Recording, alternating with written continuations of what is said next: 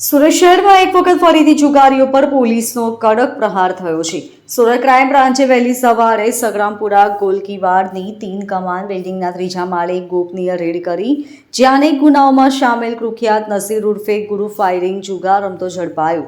અત્યાર સુધી 12 ગુનાઓમાં સામેલ આરોપી જે હત્યા, ખંડણી અને આર્મ્સ એક્ટ જેવા ગંભીર ગુનાઓમાં ફસાયેલો છે તે શોખથી જુગાર રમતો પોલીસના હાથે પકડાયો હતો.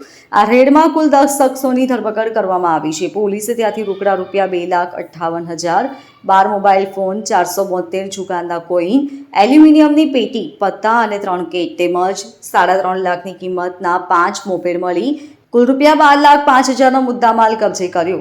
ક્રાઇમ બ્રાન્ચ દ્વારા ઝડપાયેલા શખ્સોમાં હત્યા, ખંડણી અને જાનલેવા હુમલાઓ જેવા ગુનાઓમાં સંડોવાયેલા લોકોએ પણ ભાગ લીધો હતો, જે સુરત પોલીસ માટે ચોંકાવનારી બાબત છે. ખાસ કરીને નસીર ઉર્ફે ગુરુ ફાયરિંગ જે સુરતના સ્લાબતપુરા, લિંબાયત, પુણા, અંકલેશ્વર સહિત અનેક પોલીસ સ્ટેશનોમાં ગંભીર ગુનાઓ માટે કાળો રેકોર્ડ ધરાવે છે તે આ રેડમાં જુગાર રમતો ઝડપાયો છે. પોલીસે જાહેર કર્યું કે ઝડપાયેલા અન્ય લોકોમાં કેટલાક જુગારના જૂના આરોપી છે. મોહમ્મદ અઝરુદ્દીન, ભાવેશ ચૌહાણ, મહેન્દ્ર પ્રજાપતિ વગેરે છે.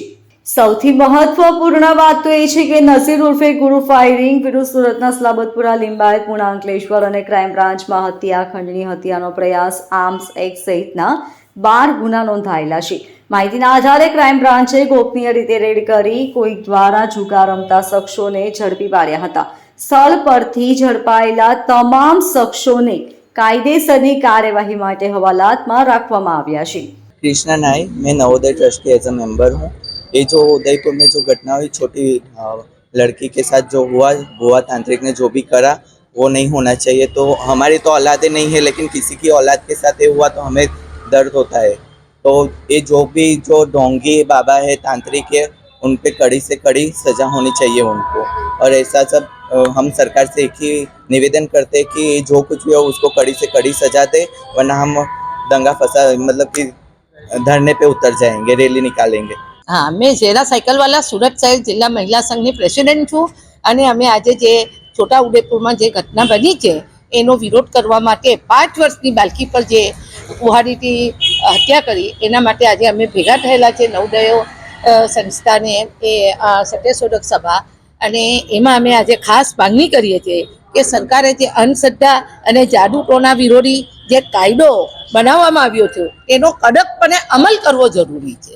કારણ કે કાયદો તો બનેલો છે, પણ હવે આ ભુવાએ આટલું નિર્દય રીતે આ બાલિકાની હત્યા કરી તો એના માટે એને તાત્કાલિક આપણે જેલમાં ધકેલવો જોઈએ કે જેથી સમાજમાં દાખલો બેસે.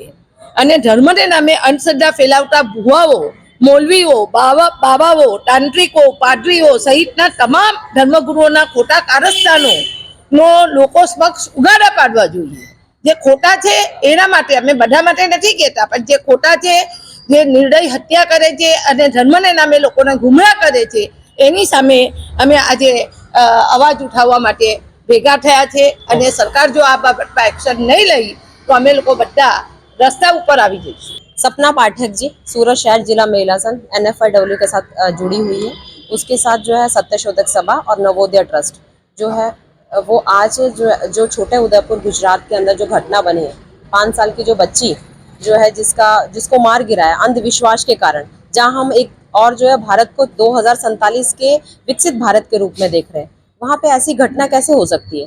तो एज ए रिस्पॉन्सिबल सिटीजन आज हम लोग कलेक्टर से के द्वारा मुख्यमंत्री को ये आवेदन देने जा रहे हैं, तीनों संस्थाएं, कि भाई इस तरीके की घटनाएं कब तक हो जाए. कानून का कोई डर ही नहीं. ये सारी चीज़ों को लेके हम लोग जो है वो एकजुट हुए कि इन फ्यूचर अगर ये कानून का डर नहीं रहेगा, लोग इस तरीके से किसी भी निहत्थे बच्चों को मार दिया जाएगा, वो भी अंधश्रद्धा के लिए, वो कभी भी चलाया नहीं जाएगा. अगर ये तुरंत इसके ऊपर कार्रवाई नहीं की गई तो हम लोग सब जो है वो सड़कों पे भी उतर सकते हैं और उसके साथ जो है वो हमें न्याय चाहिए. Bureau report LK star news, सूरत.